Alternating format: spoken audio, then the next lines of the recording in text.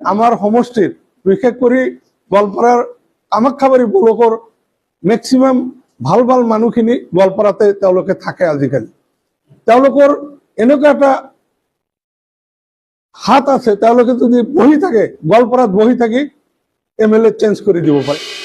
বিধায়ক সাহেবে যি কথাটো কৈছে আফতাবুদ্দিন মোল্লা ডাঙৰীয়া, মই জলেশ্বৰ সমষ্টিৰ ৰাইজক মই এটা কথাই ক'ম, আপোনালোকে বা আমি সাধাৰণ জনতাই কি তেনেহ'লে ভোটাৰ নহয় নেকি? বা এই জলেশ্বৰ সমষ্টিখন কি গোৱালপাৰাত যিবিলাক হাই ছ'চাইটি মানুহ গোৱালপাৰাত থাকে আৰু সিহঁতৰ কথা মতে তেনেহ'লে ভোটটো দিয়ে নেকি? এই প্ৰশ্নখন মই জলেশ্বৰ সাধাৰণ শ্ৰেণীৰ জনসাধাৰণক মই অনুৰোধ কৰিছোঁ যে আপোনালোকে এইবাৰ আপোনালোকে বিবেচনা কৰক যে এই ধৰণৰ নেতাক জলেশ্বৰ সমষ্টিতে ৰাখিব লাগে না ইয়াৰ পৰা দলিয়াই ব্ৰহ্মপুত্ৰ নদীত পেলাই দিব লাগে। কাৰণ আজি তেওঁ যি মন্তব্য কৰিছে এই মন্তব্যটো তীব্ৰ গৰিহণাৰ যোগ্য।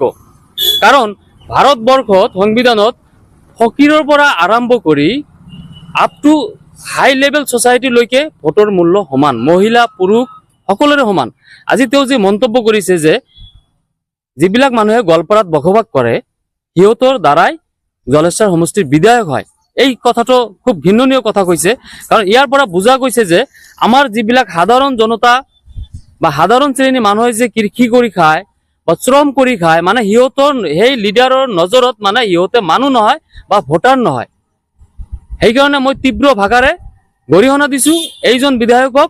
আৰু এইবিলাক মন্তব্য কৰাটো মানে আমি দুৰ্ভাগ্যজনক কথা যে আজি জলেশ্বৰ সমষ্টিৰ নিচিনা ইমান উচ্চ শিক্ষিত থকা এৰিয়াৰ পৰা বিধায়ক হোৱাৰ পিছত এই ধৰণৰ মন্তব্য যে আহিব মানে বহুত দুৰ্ভাগ্য কথা। মানে আমি নিজকে লজ্জিত হৈছোঁ। প্ৰাৰ্থী ময়ো হয়, তেওঁ দুবাৰকৈ MLA আছিল, বিধায়ক আছিল, তেওঁৰ মুখেদি এইবিলাক কথা ওলাব বুলি মই জীৱনত সপোনত ভবা নাই। আৰু মই সেইকাৰণে জনসাধাৰণক কৈছোঁ আপোনালোকে সজাগ হওক যে ইয়াৰ পৰা এইটোৱে বুজাইছে দুখীয়া মানুহ আমাৰ গৰীব মানুহবিলাক মানে জলেশ্বৰ সমষ্টিৰ ভোটাৰ নহয়, এইটোতো বুজাইছে। মানে সেই উচ্চ শ্ৰেণীৰ মানুহৰ কথা মতে আমাৰ সাধাৰণ জনতাই চলে, ইয়াকে বুজাইছে। মানে সাধাৰণ জনতাৰ বিবেক নাই, বুদ্ধি নাই। কাৰণ জলেশ্বৰ সমষ্টিৰ সাধাৰণ জনতাই বিবাহ কৰি সন্তান জন্ম দি ল'ৰা ছোৱালী পঢ়ুৱাই ডাঙৰ ডাঙৰ আমাৰ এতিয়া চাওক আমাৰ আতাহঁতে কি আছিল, কৃষিজীৱী আছিল। মোৰ দেউতাক এই কলেজৰ ভাইচ প্ৰিন্সিপাল হোৱা নাছিল, হৈছে। আজি যি কথাটো কৈছে তেওঁ ভাবিছে যে এই জনতাবিলাক একো বুজি নাপায়। সেইকাৰণে মই জনসাধাৰণক মই অনুৰোধ কৰিম যে আপোনালোকে ইয়াৰ উচিত মানে উত্তৰটো এপ্ৰিল মাহৰ 9 তাৰিখত ভোটৰ মানে EVM বুটামেদি উত্তৰটো দি দিয়ক যে এইবিলাক নেতা আমাক কি হিচাপে ব্যৱহাৰ কৰি আছে, মানে টোটেলি আমাক ভোট বেংক হিচাপে ব্যৱহাৰ কৰি আছে। আমাক ভোটৰ সময়ত আজি যি কংগ্ৰেছৰ প্ৰীতি এয়া 10 দিনৰ প্ৰীতি, মানে 27 তাৰিখৰ পৰা কেম্পিং আৰম্ভ হ'ব, মানে 9 তাৰিখত ভোট শেষ, তাৰপিছত প্ৰীতি শেষ।